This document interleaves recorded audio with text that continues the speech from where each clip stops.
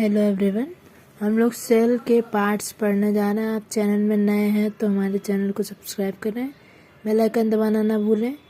And पढ़ते हैं हम लोग सेल के parts. Plasma membrane oblique cell membrane. Plasma membrane को सेल मेम्ब्रेन, साइटोप्लाज्मिक मेम्ब्रेन भी कहते हैं। यह सेल का आउटमोस्ट पार्ट है, मतलब बाहर का पार्ट है। Next point, cell membrane lipid व प्रोटीन से मिलकर बनी होती है। यह सेल की आउटर बाउंड्री बनाती है और सेलेक्टिवली सब्सटेंसेस को सेल के अंदर और बाहर जाने में मदद करती है। मतलब जो आउटर बाउंड्री होती है वो सिलेक्टिव सब्सटेंसेस जो होता है वो सेल को अंदर आने में और बाहर जाने में देती है। सेल मेम्ब्रेन 3 प्रकार के लिपिड मॉलिक्यूल जैसे फॉस्फोलिपिड्स 75%, कोलेस्ट्रॉल 20% तथा ग्लाइकोलिपिड्स 5% की लिपिड बिलेयर से बने होती है। सेल मेम्ब्रेन 3 प्रकार के हमने लिपिड्स देखे, फॉस्फोलिपिड्स, कोलेस्ट्रॉल तथा ग्लाइकोलिपिड्स। ये लिपिड बाइलेयर से बनी होती है। सेल मेम्ब्रेन के निर्माण में प्रोटीन 55%, लिपिड 40%, कार्बोहाइड्रेट 5% की हिस्सेदारी होती है। सेल मेम्ब्रेन सेल को एक शेप प्रोवाइड करती है, मतलब सेल मेम्ब्रेन जो होती है वो एक आकार प्रोवाइड करती है। सेल मेम्ब्रेन सेल के सभी ऑर्गेनल को प्रोटेक्ट करने का काम करती है, उसकी रक्षा करती है। साइटोप्लाज्म नेक्स्ट देखते हैं। सेल मेम्ब्रेन व न्यूक्लियस के बीच पाए जाने वाले सभी सेल्यूलर कंटेंट्स साइटोप्लाज्म कहलाते हैं। जो सेल मेम्ब्रेन्स व कोशिका ये न्यूक्लियस होती है, न्यूक्लियस मतलब केंद्रिका के बीच पाए जाने वाले सभी सेल्यूलर कंटेंट्स, मतलब सेल्यूलर जो कंटेंट्स होते हैं उनको साइटोप्लाज्म कहलाते हैं। Cytoplasm 70% water and 30% solid organelles से मिलकर बना होता है।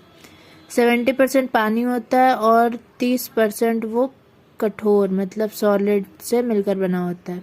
It has 2 broad division I cytosol and organelles. Cytosol हम लोग ब्रॉड डिवीज़न पढ़े थे, ये तो साइटोसोल एंड ऑर्गेनेल्स, तो साइटोसोल हम पढ़ने जा रहे हैं। इंट्रासेलुलर फ्लूइड, यह साइटोप्लाज्म का फ्लूइड पोर्शन होता है, मतलब साइटोप्लाज्म का जो तरल पदार्थ होता है वो है, जो टोटल सेल वॉल्यूम के 55% भाग को बनाता है। इसमें 75 से 90% वाटर और शेष ions, glucose, amino acid, fatty acid, protein, fats, ATP ओ वेस्ट प्रोडक्ट होते हैं। तो ये 90% पानी होता है और शेष ये जो चीज़ें दी गई हैं वो होती हैं। ऑर्गेनल्स एक सेल में पाए जाने वाली स्पेशलाइज्ड स्ट्रक्चर जिनका एक स्पेसिफिक शेप होता है, स्पेसिफिक फंक्शन परफॉर्म करते हैं, जैसे centrosome, ribosomes, endoplasmic reticulum, Golgi apparatus, lysosomes and mitochondria. हमें इस सेल में पाए जाने वाली मतलब स्पेशलाइज्ड जो मतलब स्पेशल होती है, संरचनात्मक, जिनका एक स्पेसिफिक आकार होता है, स्पेसिफिक फंक्शन परफॉर्म करता है। नेक्स्ट, सेंट्रोसोम, न्यूक्लियस के पास एक ऑर्गेनल जिसके सेंटर में 2 सेंट्रियोल्स होते हैं।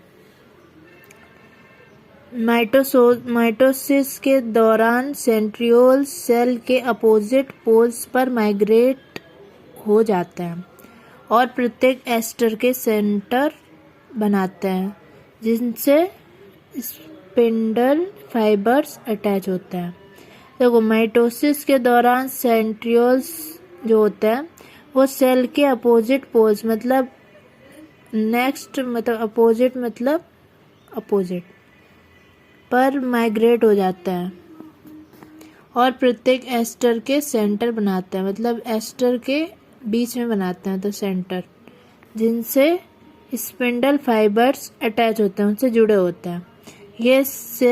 यह सेल डिवीजन के दौरान क्रोमोसोम की मूवमेंट में मदद करता है। सेल डिवीजन के दौरान जो क्रोमोसोम होता है वो उसकी मूवमेंट को मदद करता है मूवमेंट में। बिना सेंट्रियोल्स के सेल डिवीज़न नहीं होता है। सेंट्रियोल्स जो होता है उनके बिना सेल डिवीज़न नहीं होता है। राइबोसोम को सेल की protein factory, engine of cell भी कहते हैं। ये मोस्ट इम्पॉर्टेंट क्वेश्चन है, ये एग्जाम में भी पूछा जाता है कि प्रोटीन फैक्ट्री किसको कहा जाता है, तो राइबोसोम को। इंजन ऑफ सेल किसको कहते हैं, राइबोसोम को। राइबोसोम साइज में सबसे छोटा ऑर्गेनल है। राइबोसोम सेल में सबसे ज़्यादा मात्रा में पाया जाता है। राइबोसोम आरएनए और प्रोटीन से मिलकर बना होता है। Ribosomes protein synthesis site of messenger RNA attachment की साइट होता है। राइबोसोम्स प्रायः रफ एंडोप्लाज्मिक रेटिकुलम पर स्थित होते हैं, मतलब जो खुरदुरे एंडोप्लाज्मिक रेटिकुलम होता है उस पर ये स्थित होता है। ये भी बहुत इंपॉर्टेंट है, रफ एंडोप्लाज्मिक रेटिकुलम। लाइसोसोम्स को suicide bag garbage system of cell भी कहते हैं। ये लाइसोसोम में सुसाइड बैग मतलब जो सुसाइड बैग और गार्बेज सिस्टम ऑफ सेल, ये एग्जाम में बहुत पूछा जाता है। लाइसोसोम सेल का डिफेंसिव ऑर्गेनल है। जो डिफेंसिव ऑर्गेनल है वो लाइसोसोम्स है। यह सेल ऑर्गेनल को इंट्रासेलुलर डाइजेस्टिव सिस्टम का पार्ट होता है।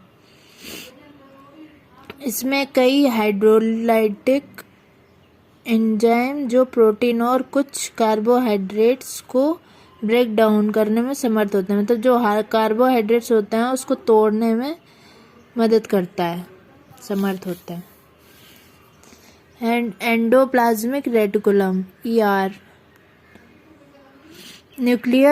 न्यूक्लियस और सेल मेम्ब्रेन के बीच साइटोप्लाज्म में membrane.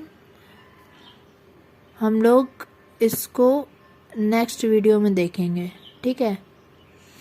And thank you guys. हमारे साथ आपको हमारी वीडियोस पसंद आई हो तो आप हमारी चैनल को सब्सक्राइब कर सकते हैं एंड बेल आइकन दबाना ना भूलें। थैंक यू गाइस, आपको मेरी वीडियोस पसंद आए इसके लिए।